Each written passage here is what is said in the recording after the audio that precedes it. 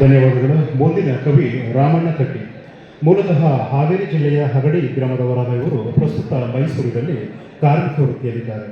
3 ಕವನ ಸಂಕಲನಗಳನ್ನು ಪ್ರಕಟಿಸಿರುವ ಇವರಿಗೆ ಅನೇಕ ಪ್ರಶಸ್ತಿ ಮತ್ತು ಪುರಸ್ಕಾರಗಳು ಲಭಿಸಿವೆ.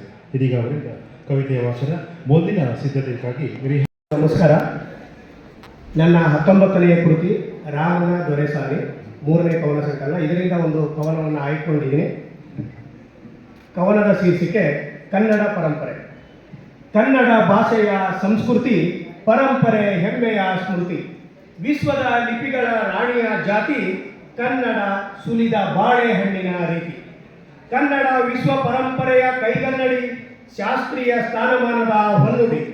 ವಿಶ್ವಗುರು ಬಸವಣ್ಣನ ತಾಯಿ ನುಡಿ, ವಿದೇಶಿಗರು ಮೆಚ್ಚಿದ ಸಿಹಿ ಸವಿನುಡಿ.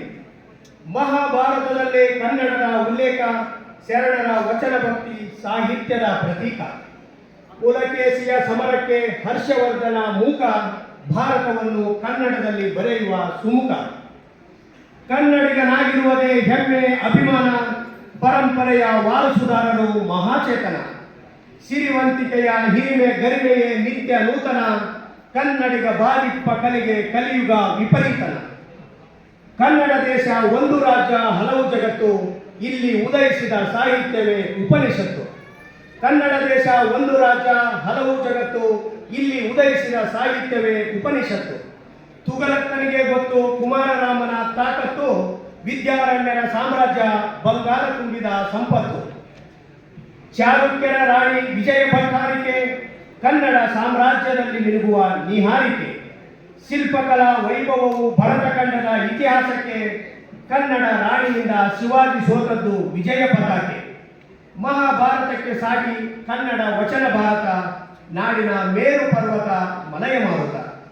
ಮೈಸೂರಿನ ಕನ್ನಂಬಾಡಿಯ ಸುಂದರ ಆಣೆಕಟ್ಟು, ವಿಶ್ವರತ್ನ ವಿಶ್ವೇಶ್ವರಯ್ಯರ ತಂತ್ರಜ್ಞಾನದ ಪಟ್ಟು. ಅಂಬಾ ವಿಲಾಸದ ಅರಮನೆಯ ಚಿನ್ನದಂಬಾರಿ, ಮೈಸೂರಿನ ಲೋಕಪ್ರಸಿದ್ಧ ಜಂಬೂ ಸವಾರಿ.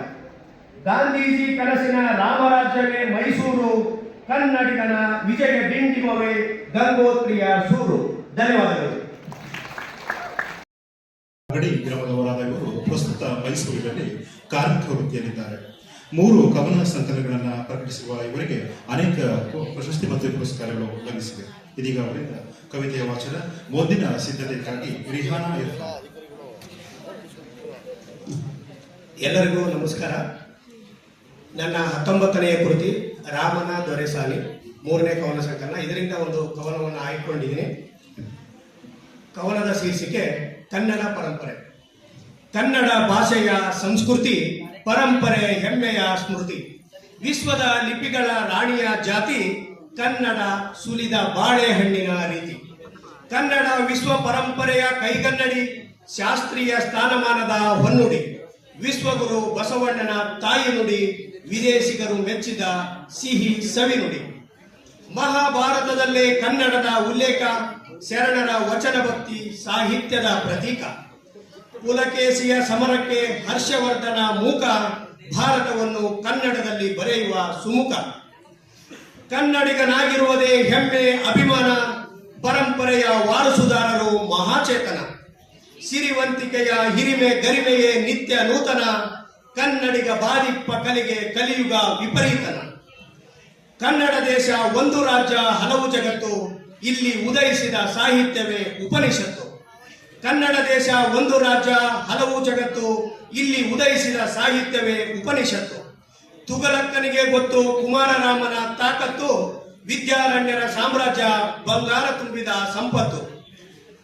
ಚಾಲುಕ್ಯರ ರಾಣಿ ವಿಜಯ ಭಟ್ಟಾರಿಕೆ, ಕನ್ನಡ ಸಾಮ್ರಾಜ್ಯದಲ್ಲಿ ಮಿನುಗುವ ನಿಹಾರಿಕೆ.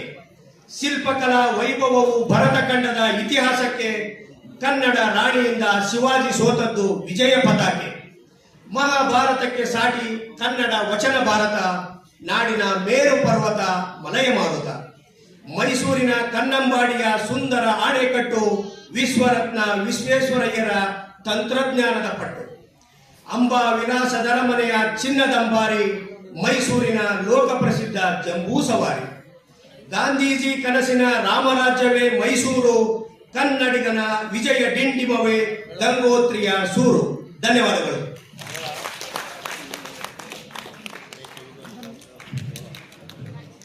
ರಾಮಣ್ಣ ತಟ್ಟಿ ಅವರಿಗೆ ಧನ್ಯವಾದಗಳು. ಮುಂದಿನ ಕವಿ ರಿಹಾನಾ ಇರ್ಫಾನ್.